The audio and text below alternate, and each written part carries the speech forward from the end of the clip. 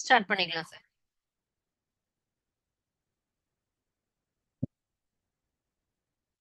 Morning students. 8th science light lesson தான் பார்த்துட்டு இருக்கோம். இன்னைக்கு பார்க்க போற கான்செப்ட் வந்து மல்டிபிள் ரிஃப்ளெக்ஷன், கலிடியாஸ்கோப் அண்ட் பெரிஸ்கோப். இந்த டீடைல்ஸ் எல்லாம் தான் பார்க்க போறோம். ஓகே, அதுக்கு முன்னாடி நம்ம ஒரு ஜெனரல் இன்ஃபர்மேஷன் லேர்ன் பண்ணிக்கலாமா? ஓகே, எல்லாருக்குமே தெரிஞ்ச ஒரு மிகப்பெரிய இன்டலெக்சுவல் பர்சன் டாக்டர் இறையன்பு அப்படிங்கிறவர் இல்லையா, கலெக்டரா இருந்தாங்க இல்லையா. சோ இந்தியால தமிழகத்துல நமக்கு வந்துட்டு கலெக்டரா அவங்க ஒர்க் பண்ணி ரிட்டையர் ஆயிட்டாரு. ஒரு மிகப்பெருந்த ஒரு writer, educationalist and then social, நமக்கு ஜென்ரலா சமூகத்தை நமக்கு முன்னேற்றத்திற்காக பாடுபடக்கூடிய ஒரு மிகப்பெரிய ஆர்வலர், பெரிய பேச்சாளர் கூட. அவர் நிறைய விஷயங்கள் நமக்கு நிறைய நல்ல நல்ல தகவல்கள்லாம் கொடுத்துருக்காங்க. ஸோ எஜுகேஷனலிஸ்ட் அப்படிங்கறச்சே, எஜுகேஷன் அப்படிங்கும்போது கல்வி சம்பந்தமா மாணவர்களுக்காக அவர் சொன்ன கருத்துகள் அப்படிங்கிறது நிறைய இருக்கு. ஓகே, சோ அதுல நம்ம வந்து இன்னைக்கு அவர் நம்ம எல்லா விஷயங்கள்லுமே எல்லாரும் ஈடுபடணும். ஈடுபட்டா கண்டிப்பா அதுல சக்சஸ் கிடைக்கணும். அதுதானே எல்லாருடைய எய்மும் இல்லையா. வாழ்க்கையில வெற்றிங்கிறது தான் முக்கியமான விஷயம். அப்ப வெற்றி பெறணும் அப்படின்னு சொன்னா என்னென்ன முயற்சி எல்லாம் எடுத்துக்கணும் அப்படிங்கிற மாதிரி எல்லாருமே பல தகவல்கள் சொல்லியிருப்பாங்க. நமக்குள்ளயுமே எல்லாரும் ஓகே, எப்படி நல்ல விஷயமா நம்ம மூவ் பண்ணும் பொழுது, ஹார்ட் ஒர்க் பண்ணும் பொழுது எப்படி சக்சஸ் கிடைக்குது அப்படிங்கிறது தான் நமக்கு தேவை இல்லைங்களா. முயற்சி எடுக்கிறேன், இருந்தாலும் அதையும் தாண்டி வேறு ஏதாவது நம்ம செய்யறோம் அப்படின்னு சொன்னா தன்னம்பிக்கை அப்படிங்கிறது நமக்கு வந்து என்ன பண்ணணும், நமக்குள்ளேயே நம்ம இன்க்ரீஸ் பண்ணிக்கணும். மெயினா ஃபர்ஸ்ட் திங். அதன் மூலமாக இவர் சொன்ன ஒரு கருத்து என்னன்னு கேட்டா, பொதுவா இந்த யோகா இதுலலாம் நீங்க போனீங்கன்னா கூட இத பத்தி நிறைய அவங்க சொல்லியிருக்காங்க. அந்த நமக்கு என்ன நடக்கணும்னு நினைக்கிறோமோ அத டெய்லியும் ஒரு 10 நிமிஷம் கண்ணை மூடி அந்த விஷயம் நடந்ததாக நாம் நம் கண்முன்னே கொண்டு வரும் பொழுது அந்த விஷயம் நிச்சயமாக நடைபெறும். அதற்கு தேவையான முயற்சி நம்ம கண்டிப்பா எடுக்கணும். முயற்சி எடுக்காம நான் தான் ஸ்டேட் ஃபர்ஸ்ட் வரேன் அப்படின்னு சொல்லிட்டு இமேஜினேஷன் பண்ணிட்டு அந்த மாதிரி எனக்கு நடக்கல அப்படின்னு சொல்லக்கூடாது. அவர் சொல்லக்கூடிய கருத்து, தினமும் 10 நிமிடம் நான் இப்போ ஒரு ஐஏஎஸ் கேடர் நான் வந்து எழுதணும் எக்ஸாம் அப்படின்னு சொன்னா, அதுக்கு நம்ம ஐஏஎஸ் ஆகணும்னா ப்ரிலிமினரி பாஸ் பண்ணணும், அதுக்கு அடுத்து எக்ஸாம் பாஸ் பண்ணி இன்டர்வியூ ஓவர் கிராஸ் பண்ணி அதுக்கப்புறம் தான் இல்லையா. சோ ஒவ்வொன்றுக்கும் நிறைய படிகள் இருக்கு. அப்போ அந்த தேர்வு எழுதுவதற்கு தேவையான தகுதிகள் நமக்கு வேணும்னா அந்த தேர்வை நான் ரொம்ப நல்லா எழுதி சக்சஸ் ஆகிறேன். நான் வந்துட்டு எனக்கு actually what I told, we we want to take more effort to write the examination. நான் எம்பிபிஎஸ் என்ட்ரன்ஸ் எழுதணும் அப்படின்னு சொன்னா எனக்கு முயற்சி இருக்கணும். சோ நிறைய முயற்சி எடுத்துட்டு நான் எம்பிபிஎஸ் எக்ஸாம் எழுதுறதுக்குள்ள நான் நீட் எக்ஸாம் எழுதுறேன்.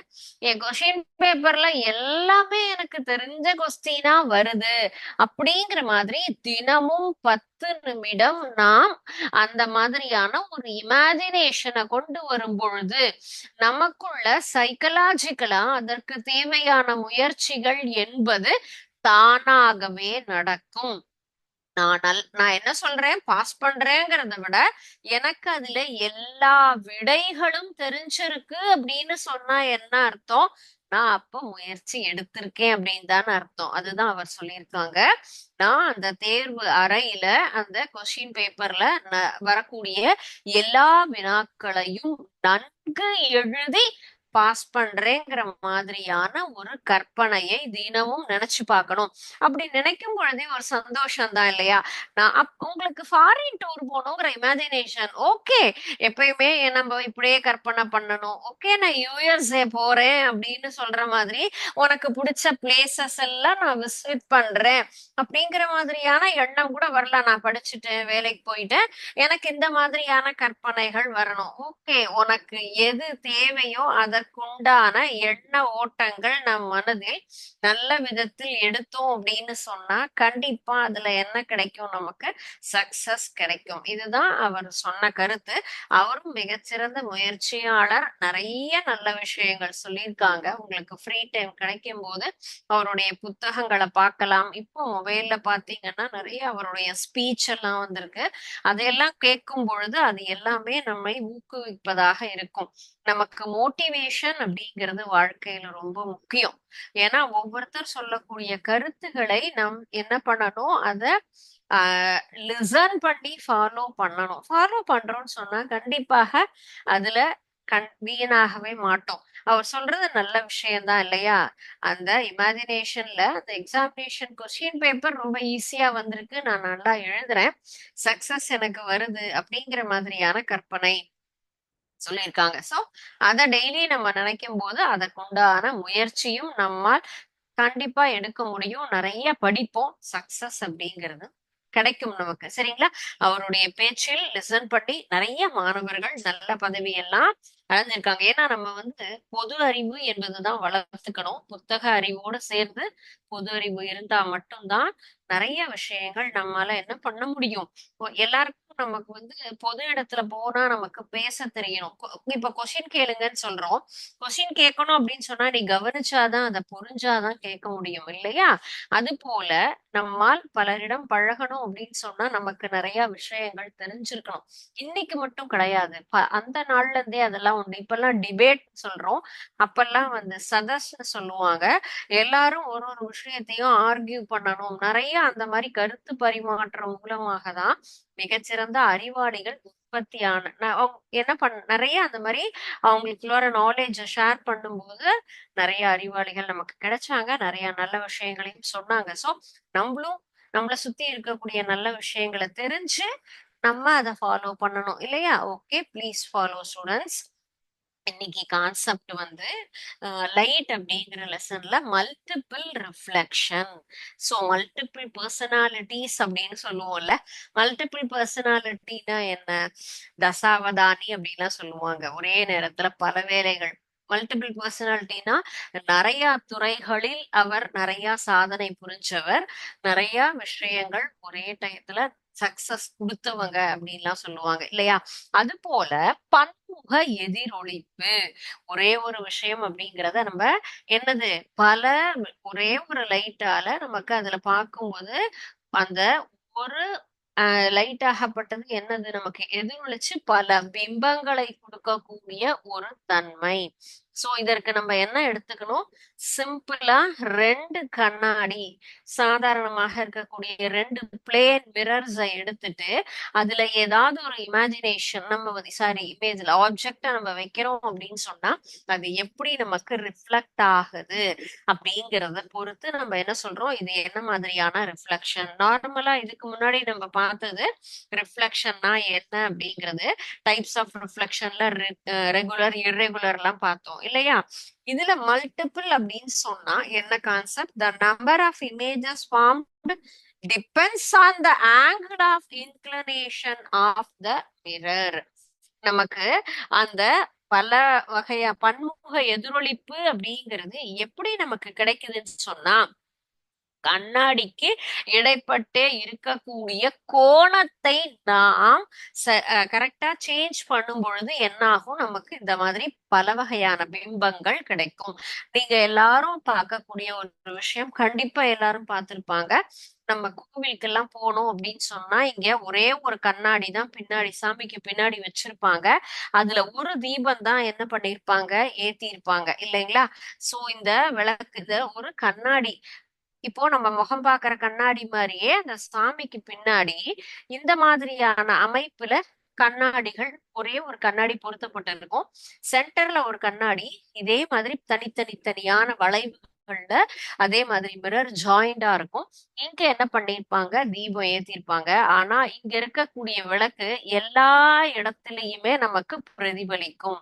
இந்த ஒரு கான்செப்ட் அப்படிங்கிறது தான் best example for multiple reflection. நமக்கு மல்டிபிள் ரிஃப்ளெக்ஷன் அப்படிங்கிறதுக்கு அங்க இவ்ளோ விளக்கு ஏத்தி வச்சிருக்காங்களா? இல்ல. ஒரே ஒரு தீபம் தான் இருக்கும். ஆனா இது எல்லாமே ரிஃப்ளெக்ஷன்.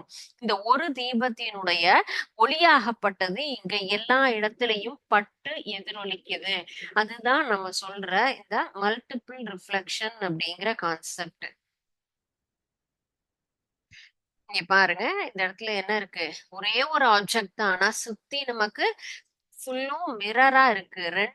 பாருங்க, ஆப்போசிட் சைட்ல பிளேன் மிரர் இருக்கு. இந்த இடத்துல நம்ம இந்த ஆப்ஜெக்ட வச்சிருக்கோம். அந்த ஆப்ஜெக்ட் என்ன ஆகும்? ஃபர்ஸ்ட் இதுல பட்டு எதிரொலிச்சு இந்த சைடு வரும். இந்த மிரர் மீண்டும் அந்த பிம்பத்தை ரிஃப்ளெக்ட் பண்ணி இந்த ஆப்போசிட் சைடுக்கு கொடுக்கும். So the image formed by one mirror act as an object for the other mirror. The image is formed, the first mirror act as an object for the second, and the image formed by the second mirror act as an object for the first mirror. இதனுடைய பிம்பம் மீண்டும் இதுல எதிரொலிக்கும். இதுல இருந்து நமக்கு எதிரொலிப்புங்கிறது மீண்டும் கிடைக்கும். அந்த மாதிரி கிடைக்கும் பொழுதுதான் நமக்கு சைமல்டேனியஸா ஒரே இடத்துல பல வகையான பிம்பங்கள், ஒரு கண்ணாடியில உருவாக்கப்பட்ட பிம்பம் மற்றொரு கண்ணாடிக்கு பொருளா இருக்கும்.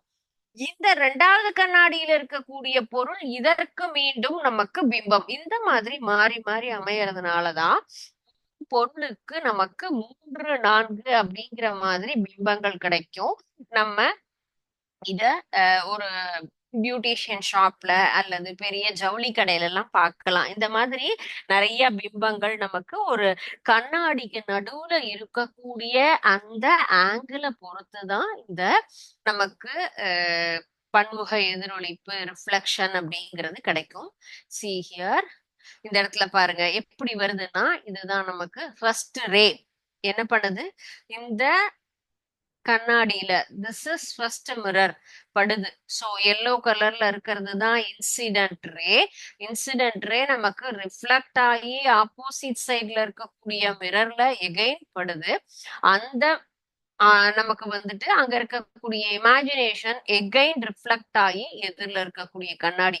இப்படிதான் நமக்கு மாறி மாறி ஒரு பக்கத்துல இருந்தும் வரக்கூடிய பிம்பமாகப்பட்டு எதிரொலிச்சு ஒரே ஒரு ஆங்கிள் தான் நமக்கு. ஆனா பாருங்க, பல வகையான நமக்கு இமேஜினேஷன் அப்படிங்கிறது கிடைக்குது. ஓகே, சோ இதுதான் மல்டிபிள் ரிஃப்ளெக்ஷன் அப்படிங்கிற concept.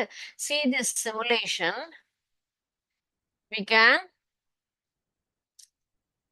get clear idea about this concept with the help of the simulation. இந்த இடத்துல மிரர்ஸ் இருக்கு. சோ மிரர் நம்ம வந்து எத்தனை எண்ணிக்கை வேணா மாத்திக்கலாம். நமக்கு வந்து 5, 6 அப்படின்னு. இதுதான் இன்சிடென்ட் ரே, இது நமக்கு மிரர். ஓகே, சோ இன்சிடென்ட் ரேங்கிறது இது ரிஃப்ளெக்ட் ஆகி வரக்கூடியது ப்ளூ கலர்ல இருக்கும், normal line and then angle of makers. இப்போ இதுல நம்ம வந்து ரே ஆங்கிள் லைன், இது நம்ம வந்து கோணத்தை நம்ம என்ன பண்ணிக்கலாம், அட்ஜஸ்ட் பண்ணிக்கலாம். அந்த அனிமேஷன் ஸ்பீடையும் நம்ம மாத்திக்கலாம். நம்பர் ஆஃப் மிரர் அப்படிங்கறத நான் 5 அப்படின்னு செலக்ட் பண்ணிருக்கேன். ஓகே, 5 மிரர் நான் செலக்ட் பண்ணிருக்கேன். இந்த இடத்துல angle of line. Okay, start பண்ணிடலாம். ஸ்டார்ட் பண்ணும் பொழுது நமக்கு எப்படி இந்த இடத்துல ரிஃப்ளெக்ஷன் வருது. See here, புரியுதா? இப்போ இந்த இடத்துல இங்க இருந்து வரக்கூடிய இன்சிடென்ட் ரே இந்த கண்ணாடியில பட்டு மீண்டும் இங்க வந்து எதிரொலிக்கிறது இல்லையா, ரிஃப்ளெக்ட் ஆகி again the same object imagination is reflected here. So I want to change the angle. என்ன பார்த்தோம் நம்ம, ஆங்கிள் மாத்துறோம், கோணத்தை மாத்த மாத்த நமக்கு பன்முக எதிரொலிப்பு அதிகமாகும்னு கான்செப்ட் பார்த்தோமா. நான் இப்ப ஆங்கிளை சேஞ்ச் பண்ணிட்டே இருக்கேன், பாருங்க அதனுடைய எதிரொலிப்பு அதிகமாகுது. See here, நான் இப்ப ஆங்கிள் மாத்துறங்கும் போது இப்ப இந்த 2 கண்ணாடியில மட்டும்தான் படக்கூடிய அந்த ஒரு எதிரொலிப்பு, இத நான் அட்ஜஸ்ட் பண்ணும் பொழுது மீண்டும் இதே போல நிறைய நமக்கு வந்து பிம்பம் அப்படிங்கிறது கிடைக்கும். சோ இந்த கண்ணாடி எடுத்தா இங்க இருந்து வரக்கூடியது எந்த கண்ணாடிக்கு கரெக்டா ரிஃப்ளெக்ட் ஆகுமோ அதுக்கு தகுந்த மாதிரி சேஞ்ச் ஆகும். ஓகே, சோ இது போலதான் நம்ம ஒவ்வொரு கண்ணாடி பன்முக எதிரொலிப்புங்கிற கான்செப்ட் நம்ம எந்த ஆங்கிள டிபெண்ட் பண்ணி ஹியர் இப்ப இந்த இடத்துல எல்லா மிரர்லயுமே படுது. இந்த கண்ணாடியில பட்ட பிம்பம் இந்த கண்ணாடியில பட்டு மீண்டும் எதிரொலிச்சு எனக்கு 4 இமேஜினேஷன். சோ ஹியர் இப்ப பாருங்க, இந்த மாதிரி ஒவ்வொரு மிரரை நான் செலக்ட் பண்ணும் பொழுதும் தனித்தனியா எனக்கு பல வகையான இமேஜினேஷன். இதே மாதிரி ரிஃப்ளெக்ஷன் நமக்கு பன்முக எதிரொலிப்பு. ஹியர் பாருங்க, இந்த இடத்துலயே எனக்கு இவ்வளோ பிம்பம் கிடைக்குது. நான் இந்த மிரரை சூஸ் பண்ணி ஒவ்வொரு மிரரை தனித்தனியா எடுத்து பார்க்கும் பொழுதும் எப்படி நமக்கு இந்த இடத்துல எவ்வளோ ரிஃப்ளெக்ஷன் கிடைக்குது, எந்த மாதிரியானது அப்படிங்கிறது தான் தெரிஞ்சுக்குது. புரியுதுங்களா உங்களுக்கு இப்போ? சோ இதையே நம்ம இப்போ நார்மலா இருக்கு இந்த மிரர் எல்லாத்தையும். சோ இது கரெக்டான ப்ராப்பரான வேலை இருக்கு. சோ நம்ம என்ன பண்ணினோம், இந்த இடத்துல ரிஃப்ளெக்ஷன்ங்கிறத கரெக்டா பாத்துக்கிட்டோம். ரேண்டம் செட்டப்ல நம்மளால பார்க்க முடியுமா? இல்ல, சமதளமா இருக்கக்கூடிய கண்ணாடி எடுத்துட்டு தான் பார்க்க முடியும் நம்ம பார்த்தோம். பிளேன் மிரரை ஈக்குவலா நான் அரேஞ்ச் பண்ணா, சோ இங்க நான் இந்த மிரரை எடுத்தேன் அப்படின்னு சொன்னா எனக்கு அந்த ரிஃப்ளெக்ஷன் அப்படிங்கிறது கிடையாது. Because it is not in proper way. ரேண்டமா இருக்கு அப்படிங்கிறதுனால எனக்கு இந்த இடத்துல என்ன ஆகல, ரிஃப்ளெக்ஷன் அப்படிங்கிறது கிடைக்கல. அப்போ நமக்கு இந்த மல்டிபிள் ரிஃப்ளெக்ஷன் கிடைக்கணும் அப்படின்னு சொன்னா, கரெக்டான ப்ராப்பரான வேலை வச்சோம் அப்படின்னு சொன்னா இந்த இடத்துல நம்மளால என்ன பண்ண முடியும், ரிஃப்ளெக்ஷன் அப்படிங்கறத கரெக்டா அப்சர்வ் பண்ண முடியும். ஓகே, சோ 6 மிரர் அப்படின்னு எடுத்துட்டு இருக்கோம் இந்த இடத்துல. இப்போ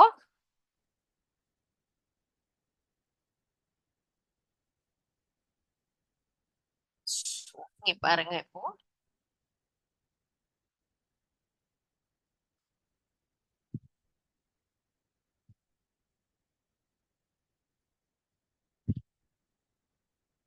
பேரா இருக்கா. சோ எப்படி நமக்கு வந்து ரிஃப்ளெக்ஷன் அப்படிங்கிறது கிடைக்குது. இந்த ஆங்கிள் சேஞ்ச் பண்ணும்போது பாருங்க, 1 2 3 நான் இப்ப 6 மிரர்ஸ் செலக்ட் பண்ணி பண்ணும் பொழுது எப்படியெல்லாம் நமக்கு இந்த ஒரு இமேஜினேஷன் அப்படிங்கிறது, ஐ மீன் ரிஃப்ளெக்ஷன் எப்படி கிடைக்குது அப்படிங்கறத பாக்குறோம். இங்க பாருங்க, ஒவ்வொரு கண்ணாடி அது எந்த இடத்துல கரெக்டா அதுக்கு ப்ராப்பரா அதனால ரிஃப்ளெக்ட் பண்ண முடியுமோ அந்த அளவுக்கு என்ன பண்ணுது, அது ரிஃப்ளெக்ட் பண்ணி நமக்கு அந்த இடத்துல அந்த மாதிரியான பிம்பங்களை நம்மளால கொடுக்க முடியுது. அது ப்ராப்பரான வேலை இருந்ததுன்னா நிச்சயமா கிடைக்கும். ஓகே, சோ இதுதான் மல்டிபிள் ரிஃப்ளெக்ஷன். மல்டிபிள் ரிஃப்ளெக்ஷன் அப்படிங்கிறது பன்முக எதிரொலிப்பு அப்படின்னு சொல்றோம். So number of images form depends on the angle of inclination. அந்த ஆங்கிளை சேஞ்ச் பண்ணி தான் நம்ம என்ன பண்ணிருக்கோம், இப்ப இவ்வளோ நம்மளால இமேஜஸ் அப்படிங்கறது பார்க்க முடியுது. ஆங்கிள் பிட்வீன் த 2 மிரர்ஸ் நம்ம என்ன எடுத்துக்கலாம், 360 டிகிரி. நடுவுல இருக்கிறது ரெண்டுக்கும் நடுவுல 360 டிகிரி அப்படின்னு அடிச்சா டோட்டல் நம்பர் ஆஃப் ரிஃப்ளெக்ஷன் அப்படிங்கிறது எப்படி இருக்கும், ஃபினைட்டா இருக்கும், சரியா இருக்கும் இல்லையா? அப்ப அந்த ரிஃப்ளெக்ஷன் நமக்கு வந்து ப்ராப்பரா கிடைக்கும். பிகாஸ் அந்த டிகிரி நமக்கு கரெக்டா இருந்தது அப்படின்னு சொன்னா. ஓகே, அதுல இருக்கிறது. சோ அதுல இருக்கக்கூடிய எண்ணிக்கைனா 360 டிகிரி பை தீட்டா. சோ குறிப்பிட்ட எண்ணிக்கையில பிம்பம் கிடைக்கும் போது அந்த சமதள கண்ணாடியில இருக்கக்கூடிய ஆங்கிள் அப்படிங்கறத நம்ம என்ன எடுத்துக்கலாம், தீட்டா அப்படின்னு எடுத்துக்கலாம். சோ அதுல இருக்கக்கூடிய இமேஜினேஷன்னா 360 degree by theta. Okay, 360 divided theta, 360 degree theta minus 1. Okay, so இதுதான் கண்ணாடிக்கு நடுவுல இருக்கக்கூடிய அந்த கோணத்தினுடைய மதிப்பை நீங்க குறைக்க குறைக்க நம்மளுடைய இமேஜினேஷன் அந்த பிம்பத்தினுடைய எண்ணிக்கைங்கிறது அதிகமாகும். இப்போ நம்ம அந்த சிமுலேஷன்ல தெளிவா புரிஞ்சுக்கிட்டோம். Students, is there any doubt in this topic? Multiple ரிஃப்ளெக்ஷன்னா என்னது, எப்படி உருவாகும், சரியானபடி கண்ணாடி ஈக்குவலா பிளேனா இருந்தா கிடைக்கும், ரேண்டமா இருந்தா கிடைக்காது. அதனுடைய ஆங்கிளை சேஞ்ச் பண்ணும் பொழுது நமக்கு அந்த இமேஜினேஷன்ஸ், நமக்கு ஒவ்வொரு இமேஜஸும் அதிகமா கிடைக்கும் அப்படிங்கிறதும் நம்ம இந்த சிமுலேஷன்ல தெரிஞ்சுக்கிட்டோம். ஓகே, நெக்ஸ்ட் நம்ம பார்க்க போறது வந்து கலிடியாஸ்கோப். ஸோ இதுவும் ஒரு இன்ட்ரெஸ்டான இது. நீங்க கண்டிப்பா எக்ஸிபிஷன்ல எல்லாம் சயின்ஸ் எக்ஸ்போ வைப்பாங்க இல்லையா, அப்பெல்லாம் இங்க நிறைய இத பண்ணிருப்பீங்கன்னு நினைக்கிறேன். இதுவும் நமக்கு அதிகமான இமேஜஸ் கொடுக்கக்கூடிய ஒரு கான்செப்ட் தான். நம்ம இந்த டிவைஸ் வந்து எதுக்காக யூஸ் பண்றோம்னு கேட்டா, மல்டிபிள் ரிஃப்ளெக்ஷனுக்கு இருக்கக்கூடிய ஒரு best example. Multiple reflection is possible in kaleidoscope. கலிடியாஸ்கோப்ல நம்ம உள்ள என்ன பண்றோம், கண்ணாடி பீசஸ் அந்த மாதிரி, இதுதான் ஒரு அந்த இன்ஸ்ட்ருமெண்ட் கலிடியாஸ்கோப் அப்படின்னு சொல்லக்கூடிய ஒரு டிவைஸ். இதுல மல்டிபிள் ரிஃப்ளெக்ஷன் ஆஃப் லைட் அப்படிங்கிறது நமக்கு பாசிபிள். ஓகே, இந்த இடத்துல பன்முக எதிரொலிப்புங்கிறது ரெண்டு மூணு கண்ணாடி நமக்கு வந்து எப்படி இருக்கும், தனித்தனியா இதே மாதிரி இன்க்ளைண்ட் ஆகி எதிரில இது மாதிரி வச்சிருப்பாங்க. என்ன அது, இந்த மாதிரி கட் பண்ணி கட் பண்ணி உள்ளுக்குள்ளார பார்த்தோம்னு சொன்னா இந்த இடத்துல அந்த கண்ணாடிகள் என்பது நமக்கு பொருத்தப்பட்டு இருக்கும். ஆப்போசிட் சைட்ல நம்ம வேற ஏதாவது கலர் ஆப்ஜெக்ட்ஸ் இந்த மாதிரி உள்ள போட்டோம் அப்படின்னு சொன்னா, அப்போ அந்த இடத்துல மல்டிபிள் ரிஃப்ளெக்ஷன் அப்படிங்கிறது உருவாகி அதுல நமக்கு நிறைய இமேஜினேஷன் கிடைக்கும். இதே மாதிரி நிறைய இமேஜஸ் கிடைக்கும்.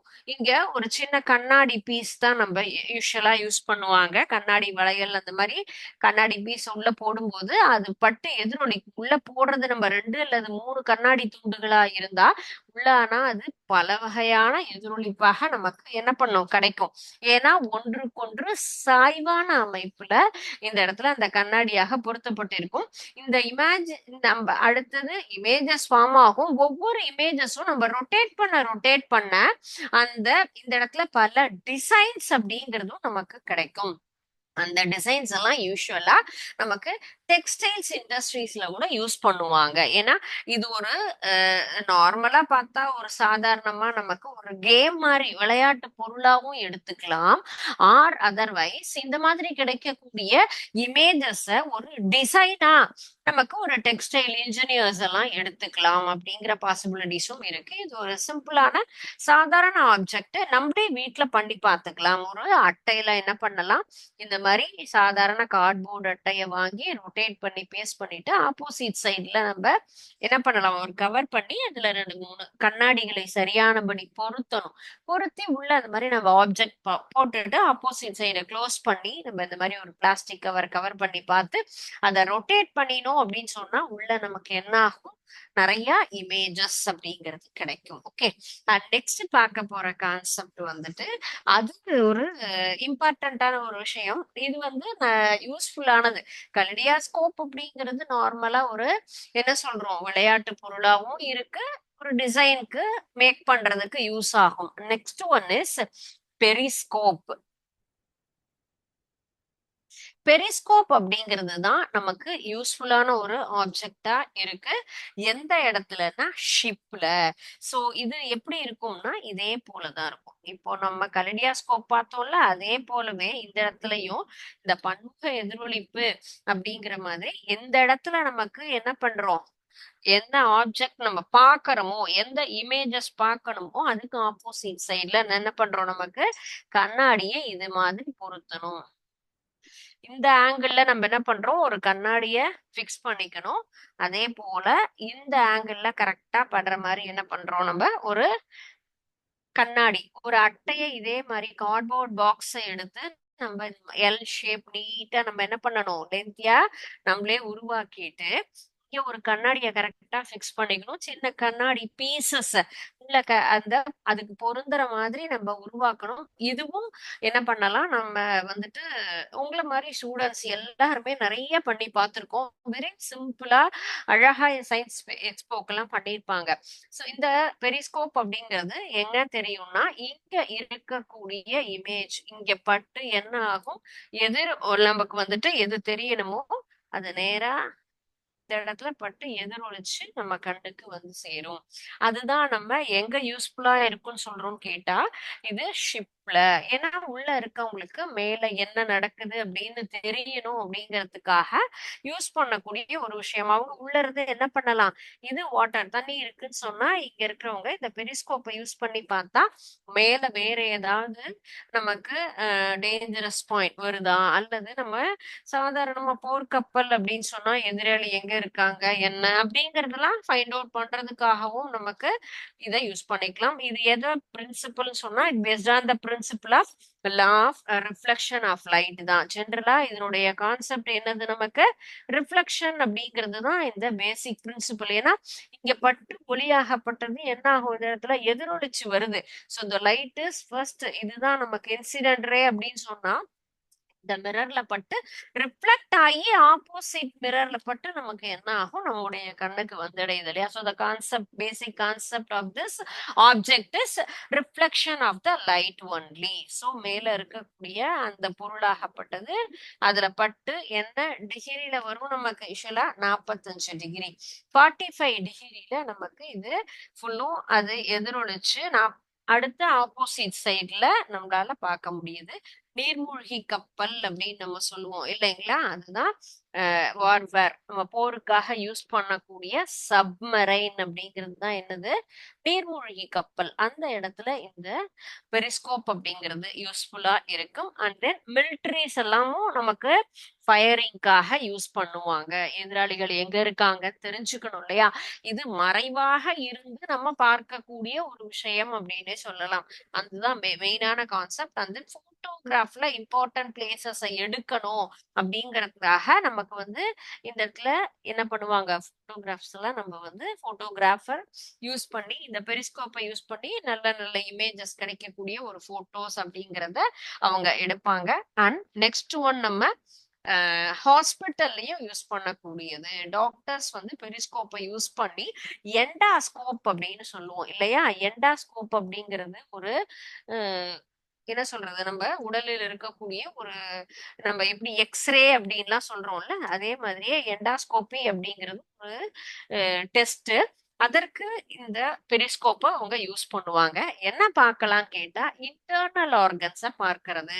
வயிறு சம்பந்தப்பட்ட ஒரு வியாதி, லிவர் எனக்கு சரியில்லை, லிவர் டல்லா இருக்கு அப்படின்னு சொன்னா அந்த இடத்துல இந்த எண்டாஸ்கோபி அப்படிங்கறது எடுக்க சொல்லுவாங்க. அந்த எண்டாஸ்கோப்புக்காக இன்டர்னல் ஆர்கன்ஸ், இப்ப ஸ்கேனிங் சொல்றோம் இல்லையா, ஸ்கேனர் நமக்கு எப்படி பயன்படுதோ அது போல இந்த எண்டாஸ்கோப்ங்கிறது இன்டர்னல் ஆர்கன்ஸை நமக்கு ஃபுல்லும் கிளியரா பார்க்கணும் அப்படிங்கிறதுக்காக பெரிஸ்கோப் அப்படிங்கிறத நம்ம பயன்படுத்துறோம். ஓகே, ஃபர்ஸ்ட் நம்ம இன்னைக்கு பார்த்த கான்செப்ட் மல்டிபிள் ரிஃப்ளெக்ஷன், பன்முக எதிரொலிப்புன்னா எப்படி ரெண்டு பிளேன் மிரரை நமக்கு கரெக்டா வைக்கும் பொழுது ஒரே ஒரு ஆப்ஜெக்ட் பல இமேஜஸ் கொடுக்கறது அப்படின்னு பார்த்தோம். Next one kaleidoscope. கலிடாஸ்கோப்ங்கிறது best example for the multiple reflection.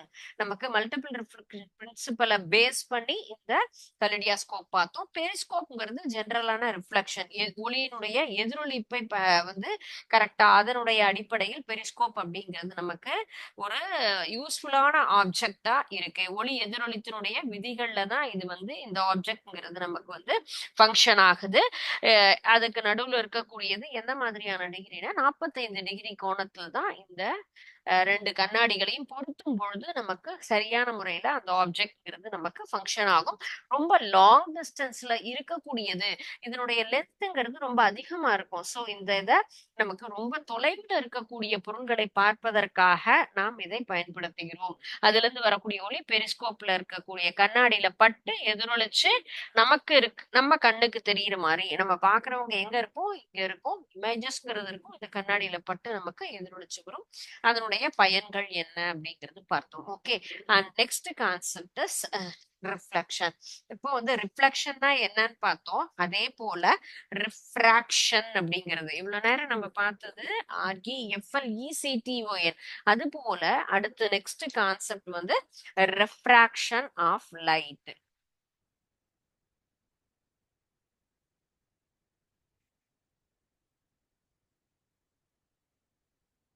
ரிஃப்ளெக்ஷனுக்கும் ரிஃப்ராக்ஷனுக்கும் என்னது? ரிஃப்ராக்ஷன் அப்படின்னு சொன்னா ஒளி விலகல். ரிஃப்ளெக்ஷன்னா ஒளி எதிரொலிப்பு. ரிஃப்ராக்ஷன்னா ஒளி எவ்வாறு விலகல் அடைகிறது அப்படிங்கிறது. சோ லைட் ரே அப்படின்னு சொன்னா நல்ல ஒரு பாலிஷ்டு சர்ஃபேஸ்ல இருக்கு அப்படின்னு சொன்னா என்ன வரும் நமக்கு அதுல?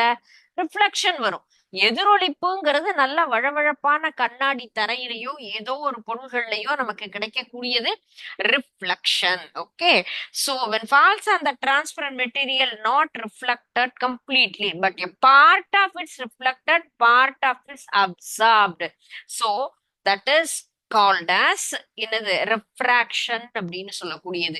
எதிரொலிக்கக்கூடிய ஒரு பிம்பமாகப்பட்டது இப்ப காத்துல வைக்கக்கூடிய ஒரு பளபளப்பான தரையில பட்டா மீண்டும் அது என்ன பண்ணும்? எதிரொலிக்கும் பொழுது நமக்கு கரெக்டா தெரியும். அது என்னது? அந்த ரிஃப்ளெக்ஷன் எந்த இடத்துல படுதோ அந்த ஒளி ஊடுருவி நமக்கு என்ன ஆகும்? ஆப்போசிட் சைட்ல அந்த ரிஃப்ளெக்ஷன்ங்கிறது நமக்கு தெரியும். முழுவதுமாக எதிரொலிக்காம, ஆனா ஒரு பகுதி மட்டும் எதிரொலிச்சு மறுபகுதி என்ன ஆகும்? உள்ளேயே அப்சர்வ் பண்ணிக்கக்கூடிய ஒரு விஷயம். அந்த லைட் உள்ள இருக்கு அப்படின்னு சொன்னா அது வழியா என்ன ஆகும்? நமக்கு உள்ள அந்த ஒரு சடன் நமக்கு வந்து வெலாசிட்டி திசை வேகத்துல அது டிராவல் பண்ணக்கூடியது. அதுதான் நம்ம 3 × 10⁸ மீட்டர் செகண்ட் அப்படிங்கிற ஒரு திசை வேகத்துல டிராவல் பண்ணும். அந்த ஒளிங்கிறது தண்ணியிலையோ அண்ணா கண்ணாடியிலையோ டிராவல் பண்ணாது. ஏன்னா நமக்கு டென்சிட்டி பொறுத்து மாறும் அப்படின்னு ஆல்ரெடி நம்ம பார்த்திருக்கோம் இல்லையா? அப்போ optical tensor medium such as water and glass offer some resistance to the light rays. அடர்த்தி அதிகமாக இருக்கக்கூடிய தண்ணி கண்ணாடியில அந்த ஒளிக்கதிர்கள் அப்படிங்கிறது கண்டிப்பா ஒரு தடை அப்படிங்கறத ஏற்படுத்தும். இப்போ ரிஃப்ளெக்ஷன் அப்படின்னு நம்ம பார்த்தோம் இல்லையா? சோ see here இந்த இடத்துல நமக்கு பாருங்க இதுதான் ரிஃப்ளெக்ஷன். இதுலயே நம்ம என்ன பண்ணலாம்? அந்த ரிஃப்ளெக்ஷனும் லேர்ன் பண்ணலாம், ரிஃப்ராக்ஷனும் லேர்ன் பண்ணலாம். சோ இப்போ இதுதான் என்னது? ஒரு மீடியம். இந்த மீடியம்ல என்னென்னலாம் நமக்கு கொடுத்துருக்காங்கன்னா material different kinds of materials எல்லாம் இருக்கு. Air, water, glass and then mystery அப்படின்னு சொன்னா எதுன்னு சரியா தெரியாத ஒரு மீடியம் அப்படின்னு. சோ அந்த மாதிரி இந்த இடத்துல இருக்கக்கூடிய என்னென்ன மீடியம்ங்கிற ஆப்ஷன்ஸ் இருக்கு. இண்டெக்ஸ் ஆஃப் ரிஃப்ராக்ஷன் நம்ம பாக்குற இந்த ரிஃப்ராக்ஷன் ஒளி விலகல் அப்படிங்கிறது எந்தெந்த இடத்துல வாட்டர்லயா கிளாஸ்லயா இருக்கும் அது நம்ம பார்க்கலாம். இப்போ இதுல நம்ம என்ன பண்றோம்? லைட்டா பாஸ் பண்றோம். இது என்ன மீடியம்ல இருக்கு? இப்போ ஏர் அப்படிங்கிற மீடியம்ல இருக்கு. சோ அந்த ஆங்கிள் ஆஃப் ஏர் நம்ம சேஞ்ச் பண்ணும்பொழுது பாருங்க அந்த ஆங்கிள்ஸ் அப்படிங்கிறது மாறும். ஒரு சர்டன் பீரியட்ல பாருங்க அந்த ரிஃப்ராக்ஷன்ங்கிறதே இல்ல. சோ நேரடியாக அந்த லைட் ஆகப்பட்டது என்ன ஆயிடுச்சு? உள்ளேயே நேராக ஊடுருவி போயிடுச்சு. சரிங்களா? சோ இப்போ நம்ம இந்த இடத்துல எது எதெல்லாம் சேஞ்ச் பண்றோம்? இது வாட்டர் மீடியம். நான் வாட்டர் அப்படின்னு எடுத்துக்கிட்டேன்னு சொன்னா இதனுடைய ஆங்கிள் எப்படி நமக்கு சேஞ்ச் ஆகும்? see here. பட்டை எப்படி எதிரொலிக்கிறது ஒவ்வொரு இடத்துலயும் பாருங்க. அந்த ஆங்கிள் நம்ம சேஞ்ச் பண்றோம் போது அதனுடைய ரிஃப்ளெக்ஷன் அப்படிங்கிறது நமக்கு சேஞ்ச் ஆகும்.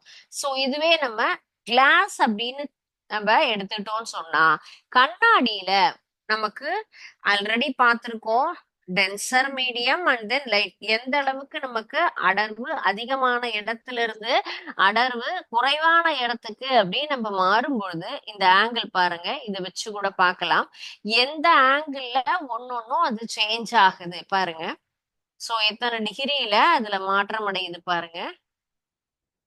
ஆங்கிள் அப்படிங்கறதும் நமக்கு என்ன ஆகும்? இதுல சேஞ்ச் ஆகும். மீடியம் சேஞ்ச் பண்ணா அதுக்கு தகுந்த மாதிரி அந்த ரிஃப்ளெக்ஷனும் நமக்கு மாறும் அப்படிங்கறதும் இதுல தெரிஞ்சுக்கலாம். இதனுடைய இன்டென்சிட்டி நமக்கு தெரியணும் அப்படின்னு சொன்னா இந்த இன்டென்சிட்டியும் நம்ம பார்க்கலாம். சோ இதுல எந்த அளவுக்கு நமக்கு ஒளி வருது அப்படிங்கிறது தான் நம்ம இதுல பாருங்க.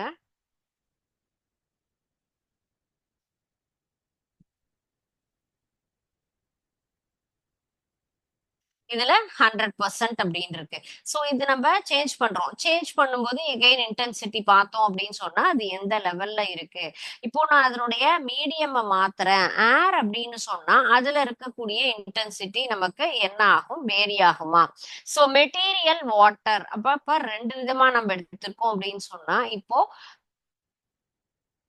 ஆப்போசிட் சைட் நமக்கு வேற வேற இருக்கு இல்லையா? இப்போ இந்த ரெண்டு பகுதியில ஒவ்வொரு பகுதியிலும் மேல ஏர் கீழே வாட்டர், கீழையும் நம்ம வந்துட்டு அதையே சேஞ்ச் பண்ணிக்கலாம். மேலையும் வாட்டர் கீழையும் வாட்டர்னா பாருங்க both sides are water. So அதனுடைய ரிஃப்ளெக்ஷன் எப்படி இருக்கும் அப்படிங்கறதையும் நம்ம பார்க்கலாம். ஏன்னா ஒரு இரண்டு பகுதியும் ஒரே மாதிரி இருக்கு. தண்ணியில இருந்தே தண்ணிக்குள்ளார லைட் ஊடுருவுற மாதிரியும் இருக்கும், காற்றுல இருந்து தண்ணிக்குள்ளார ஊடுருவ மாதிரி இருக்கும், அண்ட் தென் கிளாஸ்ல இருந்து தண்ணிக்குள்ளார. சோ அந்த ரெண்டு இதுமே நம்ம என்ன பண்ணலாம் இதுல பாருங்க, this is glass part, this is water part. அப்போ நமக்கு அந்த ஆங்கிள் சேஞ்ச் பண்றோம்னு சொன்னா அதனுடைய ரிஃப்ளெக்ஷன் எப்படி மாறும் பாருங்க. இது பாருங்க கிளியரா இருக்கு, பிகாஸ் மேல இருக்கக்கூடியது என்னது நமக்கு கிளாஸ் இல்லையா? அதனால பட்டு கரெக்டா என்ன ஆகும், எப்படி எதிரொலிக்கும்ங்கிறது அந்த இன்டென்சிட்டின்னு பாருங்க எப்படி காமிக்குது நமக்கு, அதனுடைய வேரியேஷன் அப்படின்னு புரியுது. சோ ஒளி நமக்கு வந்துட்டு எப்படி எதிரொலிக்கிறது, எப்படி விலகல் அடைகிறது அப்படிங்கிறதும் பார்க்கணும். அண்ட் பிரிசம், ஜென்ரலா பிரிசம் அப்படிங்கறதே என்னது நமக்கு எதிரொலிக்க கூடியதுதான், முப்பட்டக கண்ணாடி அப்படின்னு சொல்லுவோம். சோ அப்ப இந்த முப்பட்டகத்துல நம்ம என்ன பண்ணிருக்கோம், இந்த பிரிசத்துல லைட் அப்படிங்கிறது எப்படி ரிஃப்ளெக்ட் ஆகும், இது சிங்கிள் பீமா இருக்கு. சோ இதுல மல்டிபிள் ரேஸ் அப்படின்னு சொன்னா பட்டு எப்படி ஒவ்வொன்றும் எதிரொலிச்சு வருது அப்படின்னு பார்க்கலாம். அதே மாதிரி ஒரே மாதிரி ஒளிக்கற்றைனா பாருங்க எப்படி நமக்கு வருது, ரிஃப்ளெக்ட் ஆகி இந்த ஒரு கான்செப்ட் நம்ம படிச்சிருக்கோம் இல்லையா, விப்ஜிஆர் கிரியேஷன். இந்த மாதிரி ஒளியாகப்பட்டது ஒரு ஒயிட் ரேஸ், வெள்ளொளியாகப்பட்டது முப்பட்ட கண்ணாடிக்குள்ளாரப்பட்டு நமக்கு என்ன ஆகுது, இந்த மாதிரி பன்முக கலர்கள் பல வண்ணங்களை கொடுக்கக்கூடியது அப்படிங்கறத நம்ம படிச்சிருக்கோம் இல்லையா, அதுதான் இந்த இதுல நம்ம பார்க்கலாம். சோ இதுல பாருங்க நம்ம ரிஃப்ராக்ஷன் மாத்த மாத்த இந்த இடத்துல அதனுடைய நீளம் என்பது நமக்கு சேஞ்ச் ஆகும், எந்த அளவுக்கு அது ரிஃப்ளெக்ட் ஆகுது.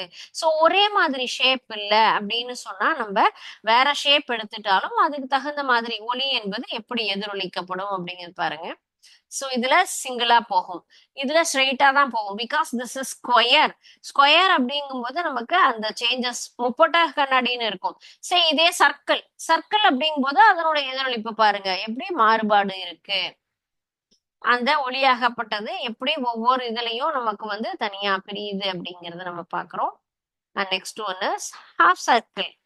சோ அந்தந்த கண்ணாடியினுடைய அமைப்பை பொறுத்தும் அதே போல ஆப்ஜெக்ட், நம்ம ஆப்ஜெக்ட் வந்துட்டு ஏரா எடுத்துக்கலாம் அல்லது வாட்டர் எடுத்துக்கிறோம். சோ வாட்டர் அப்படிங்கும்போது ப்ரிசத்துல எப்படி நமக்கு எந்த இடத்துல இதுல வரல பாத்தீங்களா? சோ வெளியில இருக்கும்போது நமக்கு முப்பட்டாறு கண்ணாடியில வரும் ஏர்ல நார்மலா பார்க்கும்போது, ஆனா வாட்டர் அப்படிங்கும்போது அந்த மீடியம் பொறுத்து என்ன ஆகும், அதனுடைய சேஞ்சஸ் அப்படிங்கிறது நமக்கு கிடைக்கும். சோ அந்த மாதிரி ஒவ்வொரு பிளேஸ்லயும் ஒவ்வொரு இடத்துலயும் இதுல பாருங்க கிளாஸ் அப்படிங்கும்போது நமக்கு இந்த மாதிரி நிறப்பிரிகை அப்படிங்கிற அந்த கான்செப்ட் வருது. ஒயிட் கலர்ல இருந்து எல்லா வகையான கலரும் நமக்கு கிடைக்கிறத நம்மளால என்ன பண்ண முடியுது, பார்க்க முடியுது. சோ இந்த ரெஃப்ராக்ஷன் அப்படிங்கிற கான்செப்ட் என்னன்னு கேட்டா ஒளி விலகல் அப்படிங்கிறது. நம்ம இது வரைக்கும் பார்த்தது ஒளி எதிரொலிப்பு அப்படிங்கிறது பார்த்தோம், ஒழுங்கற்றது ஒழுங்கானது பன்முக எதிரொலிப்பு எல்லாமே பார்த்தோம். அடுத்தது நம்ம பார்க்கறதுதான் இந்த ஒளி விலகல்ங்கிற கான்செப்ட். ஒரு ஒளியாகப்பட்டது முழுவதுமாக ஒரு இடத்துல போய் ரிஃப்ளெக்ட் ஆகாம பார்ஷியலா ரிஃப்ளெக்ட் ஆகி வரக்கூடிய ஒரு விஷயம். அப்ப நம்ம இது உண்டான ஒரு சிமுலேஷனும் நான் வந்து நெக்ஸ்ட் அடுத்த கிளாஸ்ல காமிக்கிறேன். இது ஒரு கிளாஸ் டம்ளர், கிளாஸ் டம்ளர்ல நம்ம என்ன பண்றோம், வாட்டரை அழகா ஃபில் பண்ணிட்டு அதுல ஏதாவது ஒரு பென்சில் ஆர் பென் நம்ம இன்சர்ட் பண்றோம் அப்படின்னு சொன்னா அது உள்ள இருக்கும் பொழுது என்ன ஆகும், நமக்கு ஸ்ட்ரெயிட்டா தெரியுமா? கண்டிப்பா ஸ்ட்ரெயிட்டா தெரியாது. அந்த பென்சில் ஆகப்பட்டது உடைஞ்சு கோணையா இருக்கிற மாதிரி நமக்கு தெரியும். அது கிராஸா இருக்கிற மாதிரி எதனால வருதுன்னு கேட்டா அந்த வளைவு என்பது இந்த இடத்துல இந்த ரெஃப்ராக்ஷன் அப்படிங்கறதுனாலதான். ஒளிக்கதிர் தண்ணியில இருந்து என்ன ஆகும், தண்ணிங்கிறது நமக்கு என்னது டென்சர் மீடியம், அதிகமாக இருக்கக்கூடியது. காற்றுங்கிறது நமக்கு டென்சிட்டி கம்மியா இருக்கு இல்லையா, அதனால அடர்வு மிகுந்த ஊடகத்துல இருந்து குறைந்த ஊடகத்திற்கு போகும் பொழுது அதனுடைய ஸ்ட்ரெயிட் லைன்ல இருந்து என்ன ஆகும், அது டீவியேட் ஆகுது அப்படிங்கிற கான்செப்ட் தான் இந்த இடத்துல நமக்கு. அந்த பென்சில் என்ன ஆகும், நார்மலா அந்த பென்சில் எடுத்து பார்த்தா ஸ்ட்ரெயிட்டான பென்சில் தான், ஆனா தண்ணிக்குள்ளார ஃபிக்ஸ் பண்ணும் பொழுது நமக்கு அந்த பென்சிலுடைய ஷேப் கிராஸா இருக்கும்.